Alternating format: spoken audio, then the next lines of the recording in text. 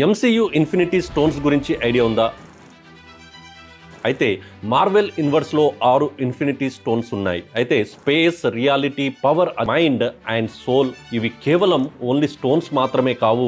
ఇవన్నీ విశ్వాన్ని నియంత్రించే 6 మూలం శక్తులని మనం చెప్పొచ్చు. థానోస్ వాటిని సేకరిస్తారు ప్రపంచాన్ని మార్చేందుకు. లూకీ సిరీస్ లో ఒక షాక్ ఏంటంటే టైమ్ వేరియన్స్ అథారిటీలో ఇన్ఫినిటీ స్టోన్స్ అక్కడ పేపర్ వెయిట్స్ లా పడి ఉంటాయి. ఎందుకంటే వాటికి యూనివర్స్ లో వాల్యూ అనేది ఉండదు. అనంతమనలు కదా ఇవి ఇక్కడికి ఎలా వచ్చాయి? ఇలాంటివి చాలా వస్తూ ఉంటాయి.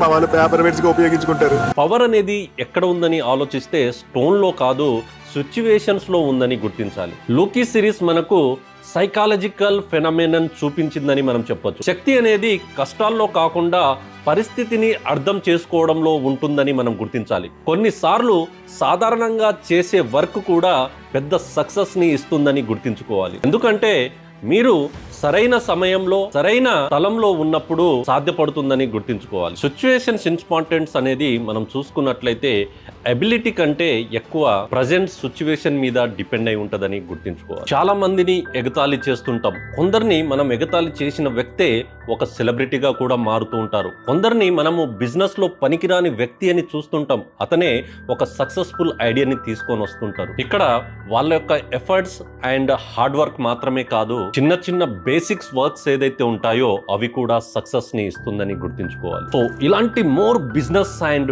మోటివేషనల్స్ వీడియోస్ మీరు మిస్ అవ్వకుండా ఉండాలంటే #1 తెలుగు బిజినెస్ ఛానల్ని ఇప్పుడే ఫాలో చేసి సబ్స్క్రైబ్ చేయండి. నెక్స్ట్ వీడియోలో కలుద్దాం. డన్. Thank you.